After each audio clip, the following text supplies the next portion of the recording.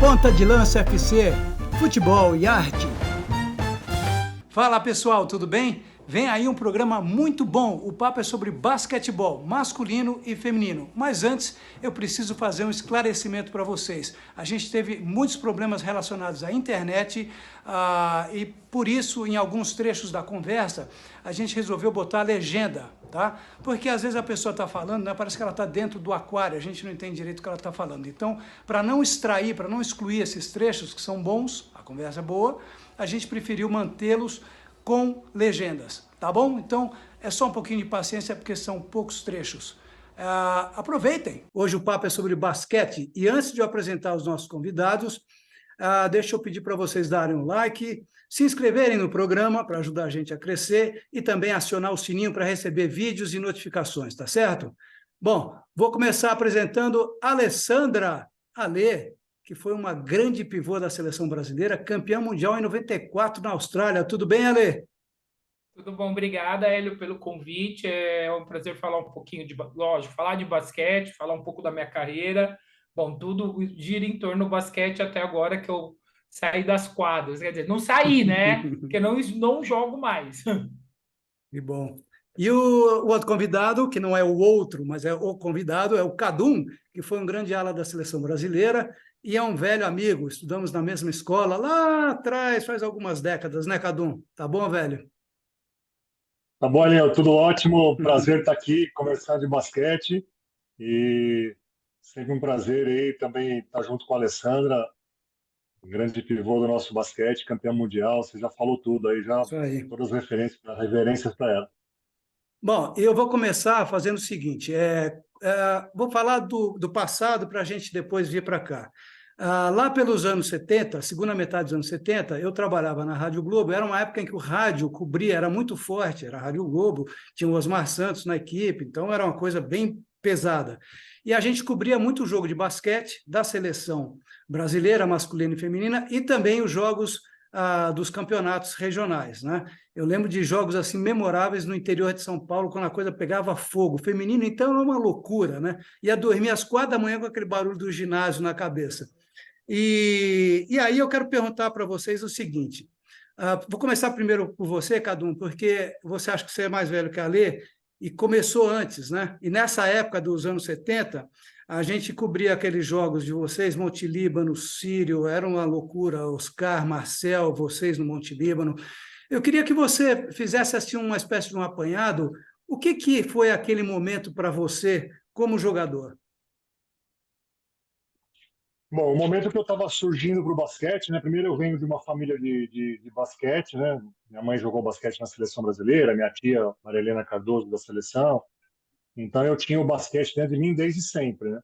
E esse meio dos anos 70 para final dos anos 70 foi quando eu comecei a despontar para o basquete adulto, né? Eu participava de seleções de base, mas comecei a despontar para o adulto, justamente naquela equipe do Monte Líbano, quando surgiu o Monte Líbano, que era uma equipe que jogava segunda divisão e contratou jogadores jovens que estavam se despontando em seleções brasileiras de base. Então ali eu comecei a crescer e esses duelos que você cita muito bem, eu comecei a fazer parte deles e entender mais do que era o basquete brasileiro, não contra a Sírio, contra Montenegro, na época contra a Sírio, contra a Franca, contra São José dos Campos, eram as três principais forças, e o Montenegro entrando ali e os jogadores buscando seu espaço. Então, eu consegui, no começo da minha carreira, já vislumbrar o que eu gostaria de fazer, o que o basquete, como era o basquete, ele fervia no Brasil, né? No Uhum. estado de São Paulo, principalmente,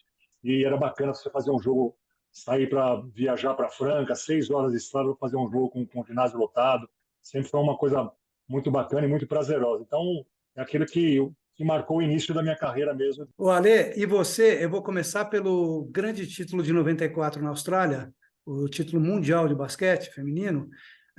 Mas eu volto, a pergunta é a mesma, quer dizer, como é que foi o seu início no basquetebol profissional? Não foi um histórico esportivo que me fez jogar, né?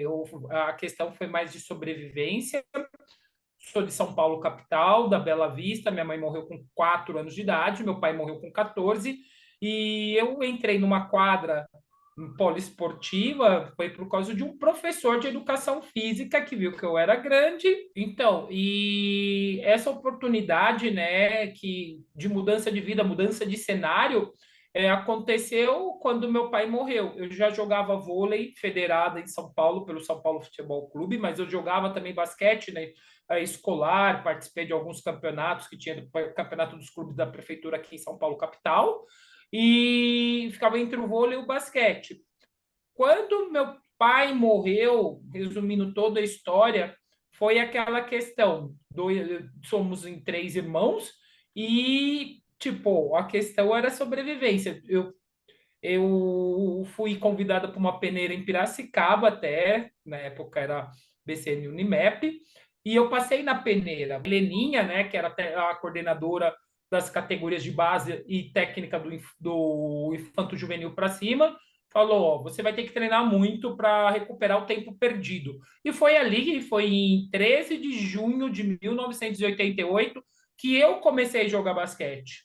Olha só. Então, foi mais pela sobrevivência, né? Porque eu precisava ajudar minha família. Eu ganhava já até uma ajuda de custo, eu não lembro quanto na época, vou ter que até procurar alguns papéis, eu acho que eu tenho dessa época.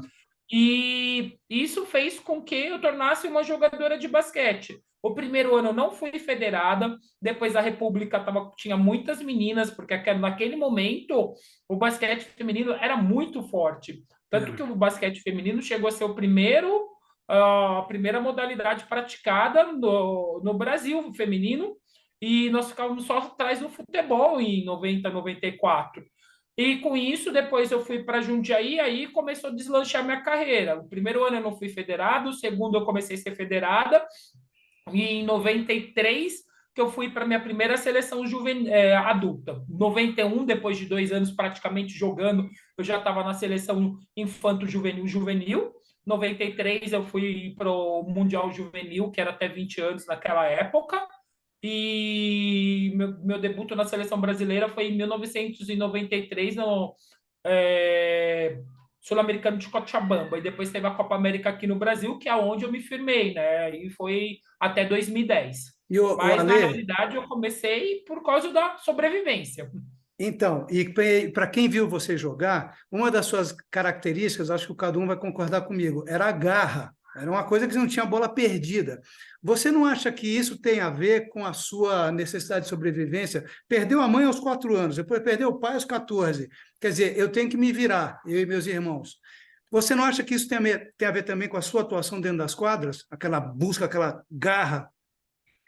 Eu, com certeza, sim, né? Porque eu tive que, nos meus primeiros anos de basquete, eu já treinava 8 horas por dia, o primeiro ano, o segundo, tanto que eu fui estudar à noite, né? Mesmo com 15 anos, já estudava à noite, já estava no ensino médio, para recuperar esse tempo perdido, e nenhuma bola era perdida. Eu sabia que Não. ali estava a minha oportunidade. Até então, o momento que eu pensei, um dia que eu queria estar na seleção brasileira, que eu vi que eu tinha essa foi o Pan-Americano, vi as meninas no Pan-Americano de 91. Eu falei: um dia eu quero estar lá. E eu não me imaginei que eu ia estar lá depois de 2 anos. E nunca imaginei que eu ia estar no Mundial de Foi 94. meteórico, é. Foi Então, para meteórico. mim, foi dedicação, sacrifício, superação, a resiliência também, né? E abdicar de muitas coisas na minha vida para viver do basquete. Eu agradeço essa chance, esse professor que eu não lembro o nome, não sei quem que me colocou a primeira vez na quadra para É, fazer para fazer uma atividade física, né? Que era aula de aham. educação física, que eu já estava com 10 anos de idade, eu já estava na quinta série, né? Na antiga quinta série. Sim, sim. E dali que surgiu todas Vamos essas achar esse cara, Lê. oportunidades. Vamos achar esse cara e dar um prêmio para ele. Vamos achar esse professor aí, que é isso. O cara, pô, O olha o cara olho do te cara. colocou, exatamente. Então, foi isso, é uma história de superação, de resiliência, né? E também, o que acontece? De tantas coisas que passaram, até uns aspectos negativos da família, até então, que eu até não falo tanto com a minha família paterna por causa disso. Porque o esporte naquela época, até o Cadu pode falar mais, porque ele é mais velho do que eu. Uhum. mesmo para o masculino, o esporte era para vagabundo, não vamos falar a verdade. Para feminino, então, você imagina. Vai estudar, né? Vai estudar, vai trabalhar, vai fazer curso de manicure, datilografia, eu Olha tentei, só, mas olha só. não era para a minha natura. Então, eu agradeço muito essas pessoas, até o finado Valdir Pagan, que eu acho que o Cadu, logicamente, conheceu, né? Uhum. Ele foi até Trabalhei com técnico ele. da Maria Helena, da tia dele, no Olha Mundial só. de 71 aqui em São Paulo, né?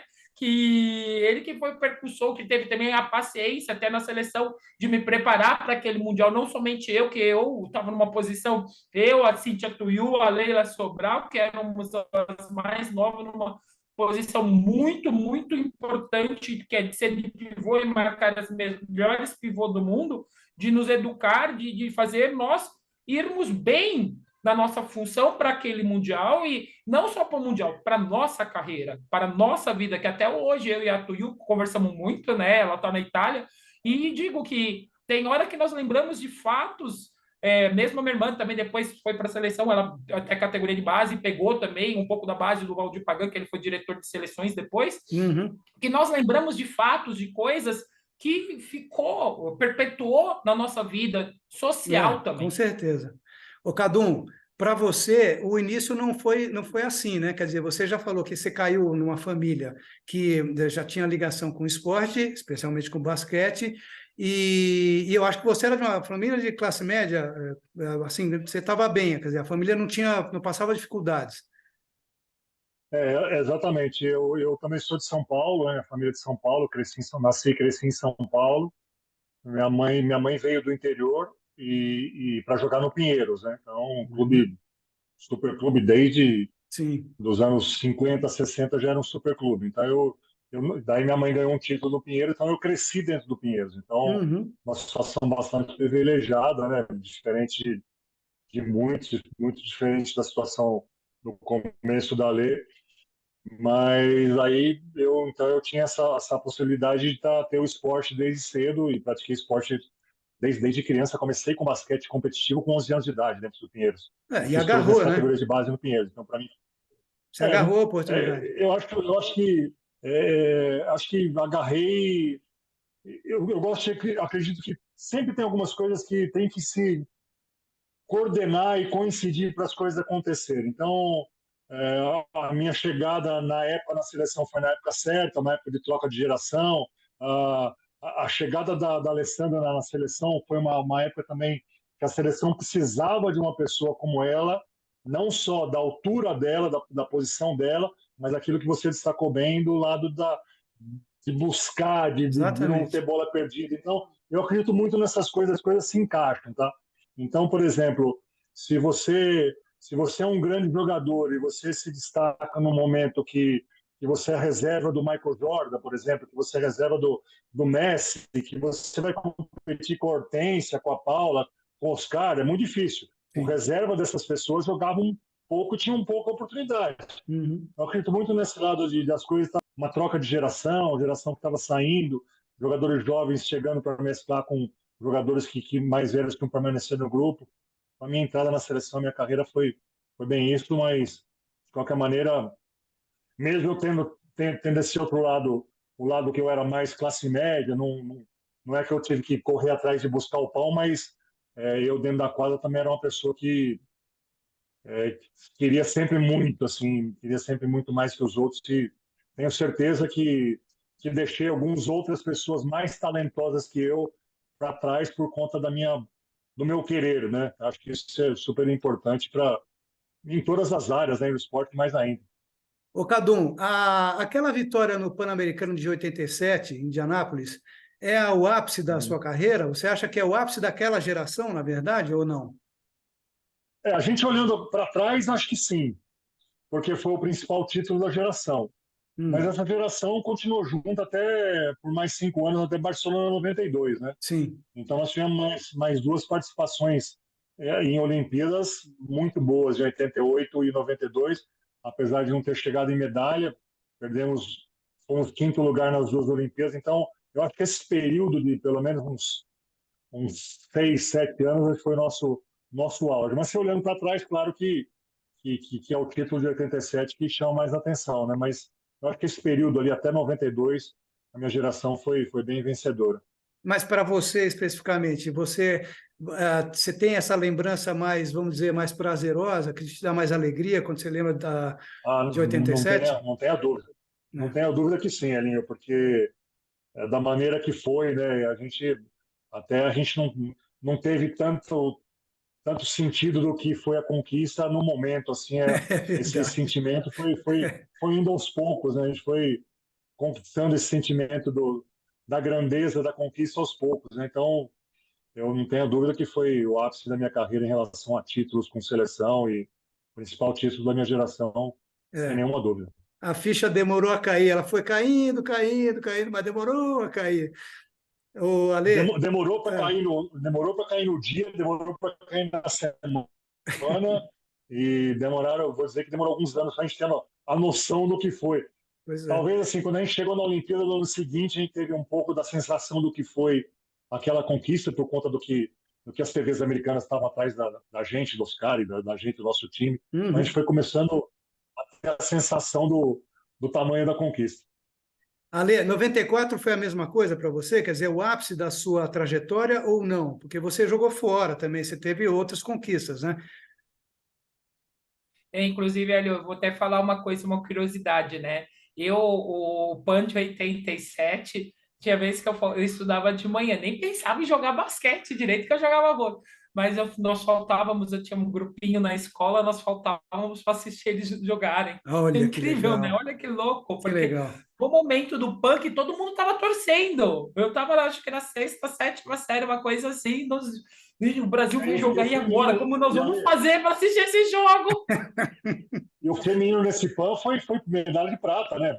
Perdeu só Foi, na final para os Estados Unidos. Nesse PAN em isso 87 mesmo. foi prata. Com a Paula e Cortência também, com a Maria Helena. Que Sim, bom que você já sim. assistiu os jogos, Exatamente. Ale. E no Mundial, eu falo a verdade, eu não, tipo, o grupo estava bem coeso, né? Já desde. É uma coisa que eu até perguntei uma vez para Paula, na pandemia, né? Nós fizemos uma live, eu perguntei para ela, Paula, porque desde o começo dos treinamentos, é muito engraçado, muito curioso, porque nós éramos uma turma nova, tinha eu, Cintia Sim, Tuiu, sim. a Ellen Luz, tipo, tinha um pessoal que elas falavam as mais velhas. A Paula e a Hortência falava tudo muito, até a afinada Rutão, do Mundial de 90. Esse Mundial de 90 ficava na minha cabeça e depois de quase 30 Olha, anos eu fui perguntar para a Paula o que aconteceu. Né? Vocês falavam tanto desse Mundial de 90, eu gostaria de saber de uma história. Até ela falou assim, porque o Mundial de 90 para nós, que foi até na Malásia, foi desastroso, porque elas saíram como títulos individuais, só que a seleção brasileira ficou em 11º. Então, toda vez que nós vamos treinar, vamos treinar sério desde São Roque, desde o início do treinamento, porque nós não queremos ficar, não queremos repetir o que aconteceu no repetir a Mundial da Malásia. Malásia. Então, nós escutávamos isso, as mais novas, eu posso falar da minha pessoa, e isso ficou na minha cabeça. Eu falava, não, então nós temos que ser melhor do que isso que está acontecendo. E quando nós chegamos na Austrália, é muito engraçado que são diferentes gerações, né? Foi uma mescla de gerações diferentes, mas o propósito era o único. Então, cada uma tinha a sua função. O que fazer para chegar até o final, porque nós chegamos lá desacreditadas, saímos daqui do Brasil 3 horas da manhã, só estava o Juarez como jornalista, Ah, o ninguém Juarez sabia Araújo, nada. né? O Juarez Araújo. É. E fomos galgando. Foi uma escadaria que foi jogo por jogo. Perdemos um jogo na primeira fase, depois passamos. Jogos foram. Não foi fácil. Uhum. Teve jogo que foi bem difícil, principalmente da oitava de finais contra a Espanha, que tinha Blanca Aires, que estava arruinando o jogo. Depois a semifinal contra os Estados Unidos, que é um jogo épico, né? O placar 103, 101, mais ou menos isso, numa semifinal é grandíssimo. E as americanas Opa. chegando, tipo, nós vamos ganhar, viemos aqui para ser. Já parecia quando nós chegamos em Sydney para a segunda fase, que elas já tinham ganho o campeonato. Então, Típico de americano. acreditar acreditar que eu, depois, no pouco tempo, né, de 88, 6 anos, eu estou sendo campeão do mundo, né, com a seleção adulta, eu não acreditava, tanto que se vê os vídeos, eu, tipo, tô normal. Eu fui, a minha ficha caiu quando nós chegamos no Brasil, porque eu pensei, depois de 30 horas de voo, foi tudo, tipo, eu sabia que eu tinha ganho uma coisa Hum, importante, mas quando eu falei assim, agora eu vou para casa, né, no aeroporto, aí vocês vão ter que eu tenho vai tem uma nada. entrevista, depois, quando abriu a porta do aeroporto, eu falei, vou ver minha irmã, eu quero ir para casa. Um monte de gente, eu falei, meu Deus, ainda não vou para casa. E a semana que foi indo, é muito engraçado que eu dormi uma semana com a medalha um mês com a medalha no peito. Eu não Barato. acreditava que eu era campeã mundial para uma pessoa que nunca pensou em jogar basquete, foi jogar basquete por sobrevivência. E tudo isso que aconteceu na minha carreira, né? Eu falei assim, não acredito, campeão mundial. Cara, e eu fui lá e, ajudei essa equipe a ser campeã mundial. É, ué. Então, até hoje, tem muitas vezes as pessoas falam, eu fico pensando, né? Vem momentos, flashes, principalmente agora na pandemia, que fiquei praticamente 7 meses sozinha dentro de casa, e rever o jogo também, porque a FIBA pôs em HD, você fica pensando, nossa, eu fiz isso mesmo? Nossa, eu joguei Mas isso é, mesmo? o Ale, mas Foi sabe quem é? mágico, é mágico. Mas sabe o que é engraçado? É que quando a gente faz um feito, né? Você tem a sua lembrança e você faz um tamanho dele, né? Para os dois, cada um e você, Ale. Mas aí você tem uma outra dimensão que é quando as pessoas falam, né? Ou quando as pessoas mostram, ou alguém faz um comentário e fala, nossa, mas foi tudo isso? E foi. Não é assim? Verdade. É, até hoje eu fico assim, tem pessoas que me param na rua e falam, nossa, obrigado por tudo que você fez, você não sabe da sua importância para o basquete feminino brasileiro, para o basquete, não só o basquete feminino, para a família basquete brasileira, no cenário mundial. Então, boa. Cadum, isso aí passava pela sua cabeça, não? Quer dizer, porque assim, eu vou te contar um exemplo. Vai o Zico. Zico é um dos meus grandes ídolos. Então, um dia eu cheguei para o Zico e falei assim, cara, eu fui entrevistá-lo, não sei o quê, e antes da entrevista começar, eu falei assim, olha, eu quero te agradecer pelo que você proporcionou para mim, para uma geração inteira, porque eu torço para o Santos e torço para o Flamengo. Então, obrigado, tal, não sei o quê. E ele falou assim, não, imagina, tal, com aquela humildade dele. Mas o que a gente percebe é que o ídolo, o atleta que conquistou e virou ídolo, ele carrega atrás de si uma multidão de gente emocionada. E quem proporcionou essa emoção foram vocês, quer dizer, foi o atleta, né? Então, você, Cadu, quando você jogava e participava de uma conquista como essa da seleção brasileira, ou grandes jogos mesmo, e as pessoas chegavam para você e com aquela coisa assim, oh, deixa eu tirar uma foto, me dá um autógrafo, não sei o quê. Para você, você chegava a pensar nisso ou não? Porque no começo, que nem a Elia falou, você queria jogar basquete, né? Eu gosto desse esporte, eu estou afinzão de jogar e vou jogar, eu quero transformar isso na minha vida. Não, gente, eu não tinha essa noção, não. E não, claro que aceitava também com muita humildade quando vinham os elogios, assim, mas você não tem essa noção, não. Né? Você vai aprendendo a ter, né? E acho que mais quando você encerra a sua carreira, tal. Hoje em Olha, dia eu sigo jogando basquete, sigo competindo, sigo tentando fazer o meu melhor, né? Encontro pessoas que viraram jogadores porque me viram jogar. Isso me emociona demais, assim, eu pois acho é. um negócio bacana. Mas na época você não tem essa noção, você não tem isso que você está. Hum, Eu acho que você tem o seu mundo é mais restrito, assim, sabe? Você imagina assim, o jogo, tá bom, ganhamos hoje o jogo, vamos pegar o avião, quem olha falou 30 horas de voo, na semana que vem tem o jogo do Campeonato Paulista, tem o tem o próximo. treino, tem o próximo, entendeu? Então você está sempre assim, eu tenho o ano que vem tem uma seleção, tem a Olimpíada, legal, se a gente conseguir classificar. Mas primeiro vamos jogar o Paulista semana que vem, entendeu? Então você não tem muito essa noção. Mas quando você para de jogar e a pessoa vem e fala de alguma coisa que você fez, ou, ou quão importante fez alguma coisa que você fez para essa pessoa, e o negócio é bacana. Eu até hoje tenho muito prazer de conversar com as pessoas sobre isso e essas conversas continuam me motivando muito assim para Hum. continuar fazendo o meu melhor no meu dia a dia. Ô, Ale, você está fazendo o que atualmente? Depois que você parou de jogar, parou de jogar, fora das quadras, você está fazendo o quê? Bom, eu parei de jogar realmente foi antes da pandemia, porque eu ainda jogava. E eu tive que cortar esse laço porque é uma coisa. Foi obrigada, né?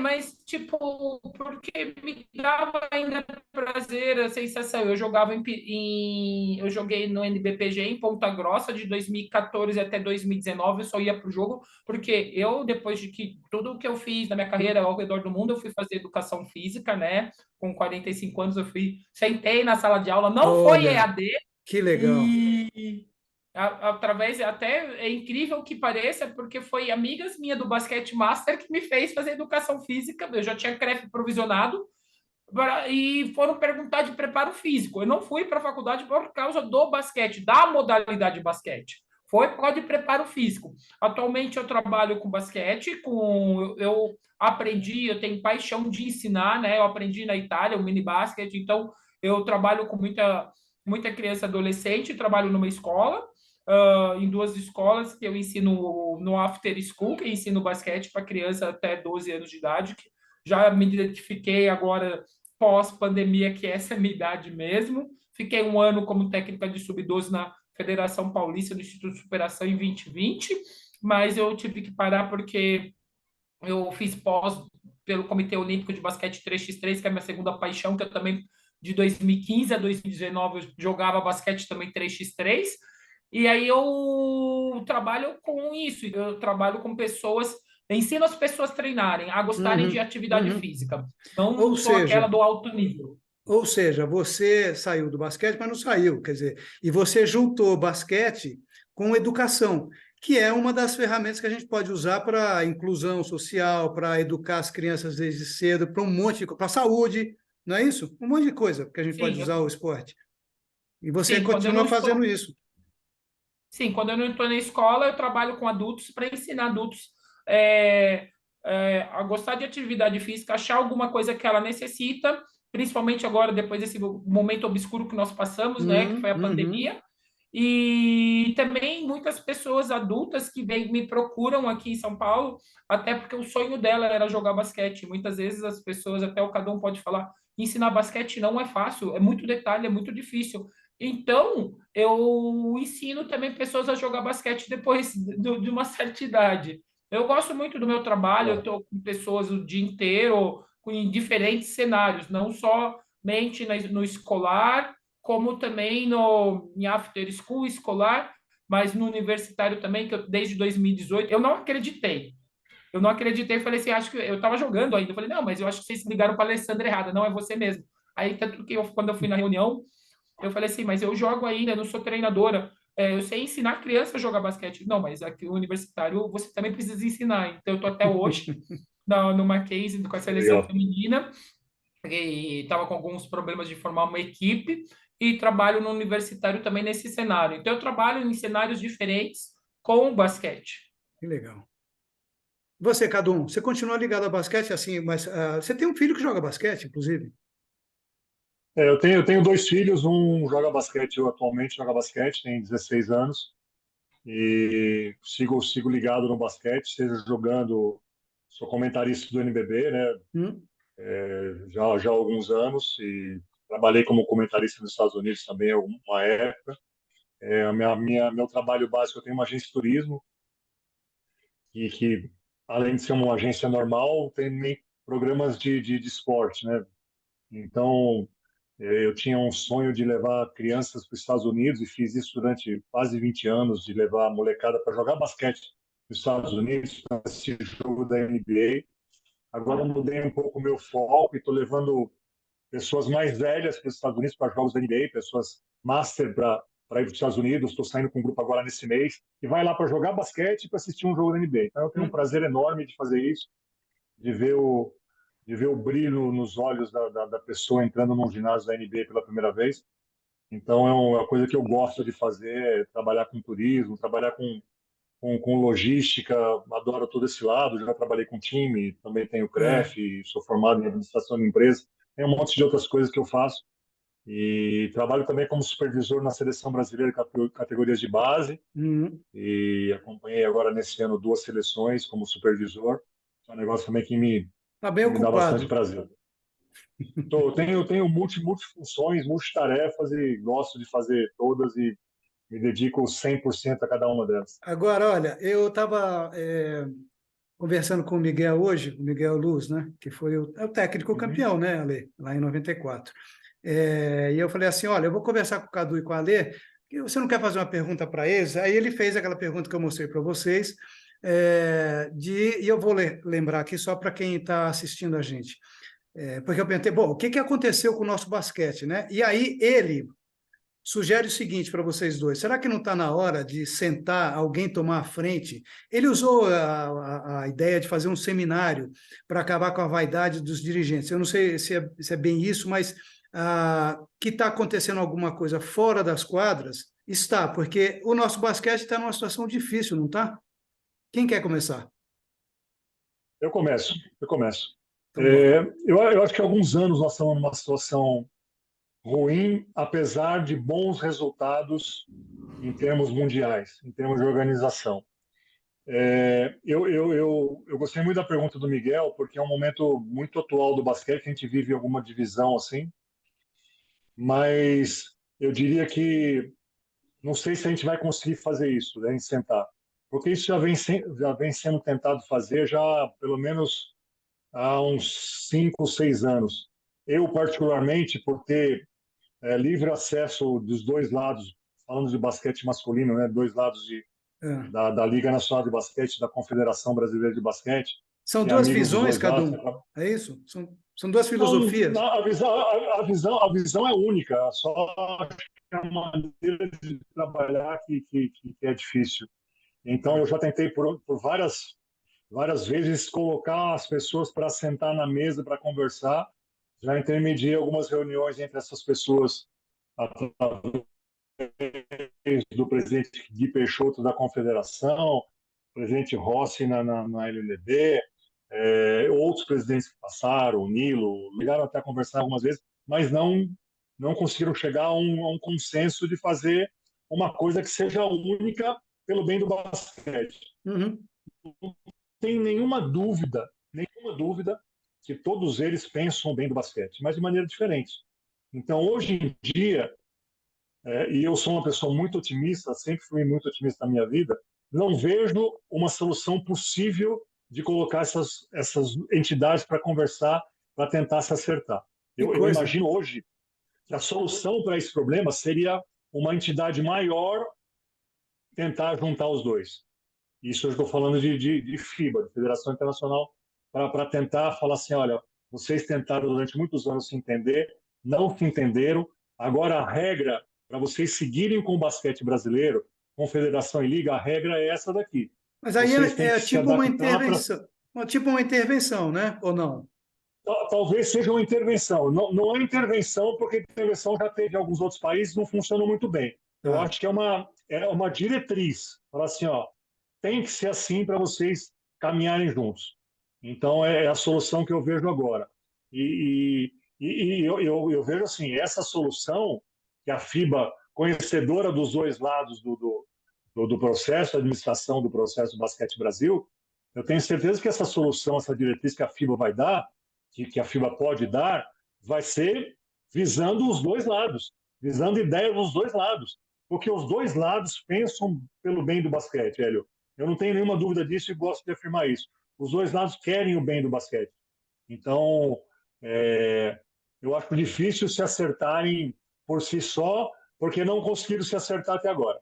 Mas o Miguel tem razão, então? É uma questão de vaidade? Ela se resume a isso ou não? Eu não sei se a palavra é vaidade, mas eles não conseguem se entender. Não tem empatia um do outro para se entender e para conseguir trabalharem juntos, né? Porque no final o produto é um único, né? O produto é basquete, né? Em todos os níveis. Então não sei se a palavra é vaidade, mas eles não têm esse entendimento, não tem jeito. O Eu Ale, sou testemunha de que eles não conseguem se entender. Ale, o Cadum falou que ele já tentou algumas vezes juntar as pessoas, né, para se entenderem. Você tem a mesma visão sobre o que está acontecendo atualmente? Quer dizer, e o que acontece aí no caso não tem a diferença, né, masculino e feminino, porque aí a gente está falando de confederação, não é isso? Bom, não tem diferença. Eu acho que a família basquete, independente de ser feminino ou masculino, nós não podemos classificar por gênero, porque se prejudica um, prejudica todos, desde Uhum.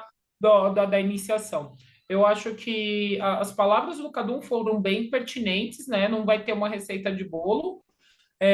Até eu achei a pergunta do Miguel é muito importante, mas nós não podemos esquecer que 10 anos atrás, 10, nós estávamos numa situação, num cenário muito degradante do basquete feminino, do basquete, do Basquete. basquete, o Brasil basquete. Uhum. Então, muitas coisas já foram modificadas e melhoradas nesse pequeno espaço de tempo. Eu sei que é um processo longo, é um processo longo ainda. Nós ainda estamos engateando. Para quem estava, tipo, em 2016, praticamente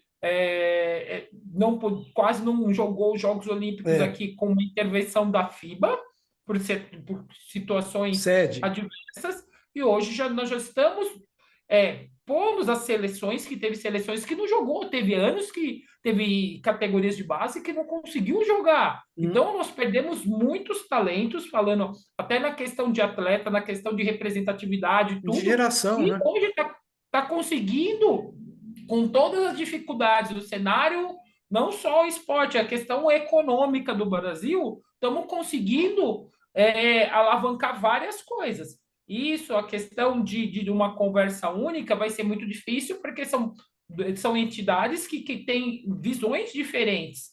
Logicamente, se precisar de uma diretriz do órgão maior, como o Cadum disse, será importante. Mas nós temos que. Não podemos falar que um resultado imediato, porque tem muitos países que já teve esse problema 30, 40 anos atrás, e hoje já são consolidados no mundo. Ainda nós estamos engateando e tivemos problemas ainda na confederação, depois com o patrocínio, que você sabe a questão da econômica brasileira, nós temos que ver todo esse Sim. cenário. Com certeza, eu penso que a família basquete é a única só, que tem que entrar num denominador comum, e com o tempo ainda teve a pandemia para atrapalhar, né, Atrapalhou. infelizmente, e tentar achar um diálogo, uma via de mesa, independente se é feminino ou masculino, a família inteira, para progredir cada vez mais. Para quem imaginava, se nós vamos falar de 2016 até agora, só fazem pouco tempo, se nós vamos falar de 7 anos. resultados, de falar ciclos olímpicos. É.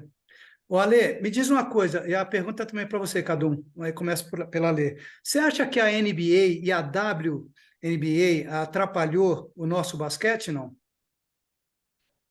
Olha, eu não falo que o produto WNBA é NBA, porque eu tive lá, tive essa oportunidade também de jogar 4 anos lá, Então, você conhece? atrapalha. Então, é um modo diferente de ver o basquete. Eu acho uma coisa que nós temos, como eu falo como uma educadora, eu trabalho com Uhum. categoria de base, frisar que os jogadores, que as possibilidades que ele tem, não é só sonhar com o NBA. O basquete tem outros cenários, mesmo aqui no Brasil. Muitas pessoas não vão chegar ao alto nível, muitos atletas, independente se é feminino ou masculino.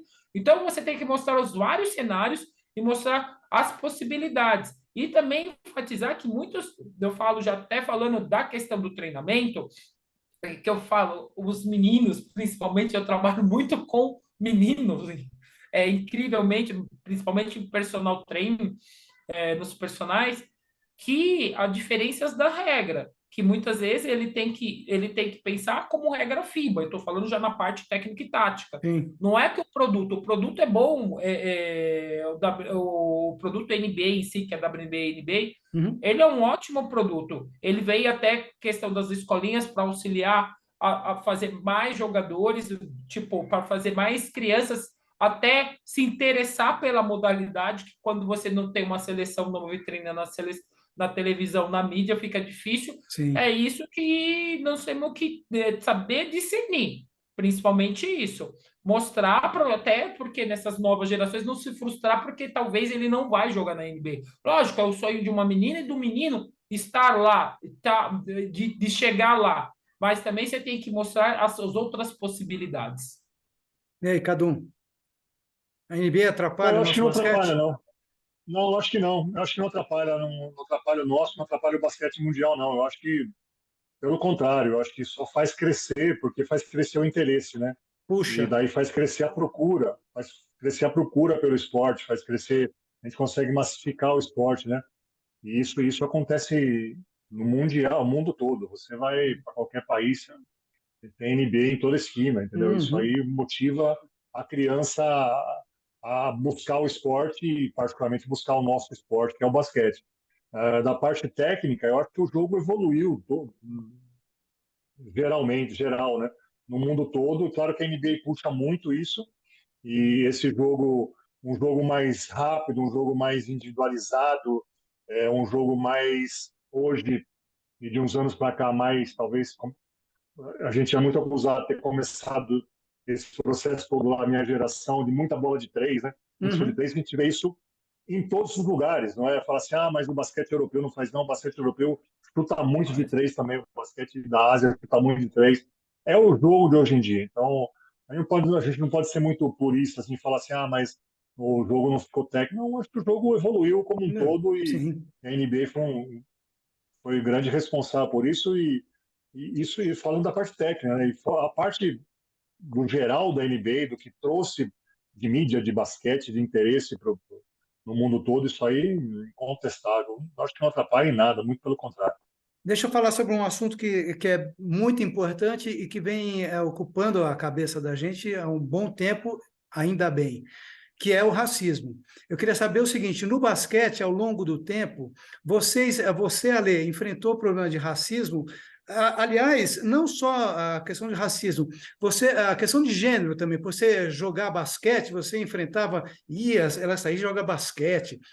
Você enfrentou esse tipo de problema na carreira ou não? Olha, eu fiquei muito tempo fora do Brasil. Eu falo, nas quadras, eu nunca tive problema, independente se foi aqui no Brasil, lógico, um torcedor vai querer irritar. Eu nunca tive esse problema. Dentro das quadras, eu mesmo joguei na Rússia, eu joguei muito no leste europeu, não tive problema nenhum.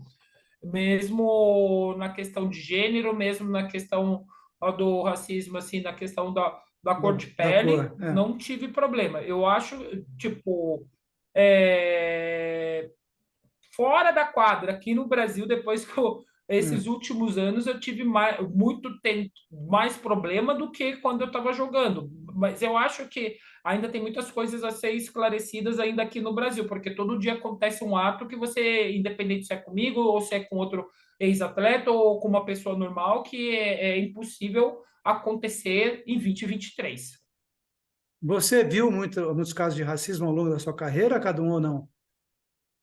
Não, não vi nada perto, velhinho, nada que eu É. tenha presenciado assim. Mas claro que a gente escutava falar algumas coisas assim, mas nada assim, nada próximo. Eu joguei claro, com atletas negros e grandes amigos e convivia no dia a dia com eles assim, nunca presenciei nada assim, mas escutava falar Uhum. de acontecimentos assim, então não, não, não tem essa para dar esse testemunho assim de ter visto alguma coisa não. Tá bom. Bom, olha, para mim, eu adorei conversar com vocês, adorei rever os dois, e vamos manter o contato para a gente ir falando sobre o basquete e ver. Aliás, antes de encerrar, deixa eu perguntar o seguinte: nós vamos estar nas Olimpíadas, nos Jogos Olímpicos de Paris, não? Porque o masculino tem uma chance, o feminino, é a última, né, Cadu? Os dois têm as últimas chances. O feminino Pré-olímpico, né? disputa um pré-olímpico em fevereiro em Belém. São quatro equipes do feminino. O Brasil tem chance de classificar, se classificam três de cada grupo. O Brasil joga com Sérvia, com Austrália e com Alemanha. Alemanha. O Brasil precisa ganhar um desses três jogos para se classificar. O masculino são 24 equipes em quatro grupos de seis. Ainda não tem sede definida em nenhum dos grupos. E desses seis países, classifica-se apenas um para a Olimpíada, então teremos mais quatro classificados. O caminho para o masculino, eu diria que está mais difícil que do feminino. Hum. O Brasil masculino esteve classificado para a Olimpíada durante 38 minutos do último Mundial, quando o Canadá vinha perdendo o jogo, e daí virou um jogo depois no minuto final, nos 2 minutos finais. Aquela vitória É com a ali Espanha, né? classificaria o Brasil já para a Olimpíada. E aí o Canadá virou, classificou o Canadá. Então o Brasil tem um caminho árduo, mas como eu falei, sou muito otimista. acredito, não tem que pensar em 24 para classificar, tem que pensar num grupo de 6, e daí nesse grupo de 6, dividido em 2 grupos de 3, tem que passar por uma semifinal, e daí em semifinal e final fazer o jogo da vida para estar na Olimpíada. Eu acredito. Nós temos chance, como o Cadu disse, o feminino o caminho está muito mais fácil, a sede vai ser aqui no Brasil, né? Em Belém. Então já temos o fator casa também. Tem que ser otimista e focar. Eu sou seleção brasileira, independente de quem tá, eu tô lá torcendo, mesmo o masculino também, que o caminho é muito mais difícil, mas ser otimista e dar energia positiva, aquilo que você pode, a sua experiência, até para esse pessoal estar classificando, que é muito importante estar em Paris 2024. Tá bom, então. Olha, brigadão pela conversa, viu? E a gente vai mantendo contato para ir conversando, porque depois vem os jogos aí e a gente vai tocando a bola aqui, a bola de basquete, tá? Falou, Cadum. Brigadão, velho. Valeu, Alinho. Prazerzaço estar conversando com você, prazerzaço estar participando junto com o Ale aqui. Um beijo, Ale. Obrigado pelo convite. Obrigadão, Ale. Um beijão para você. Obrigada, Hélio, pelo convite. É um prazer estar aqui com o Cadu também, batendo esse papo. E depois de muitos anos te reencontrar. E obrigado por estar nesse espaço de falar um pouquinho de mim, um pouco de basquete, uma coisa que eu amo, que é a minha vida. Bom, conversa foi boa, né? A gente volta daqui a 2 semanas com mais um programa Ponta de Lança FC. Um abraço para vocês. Tchau. Ponta de Lança FC. Futebol e arte.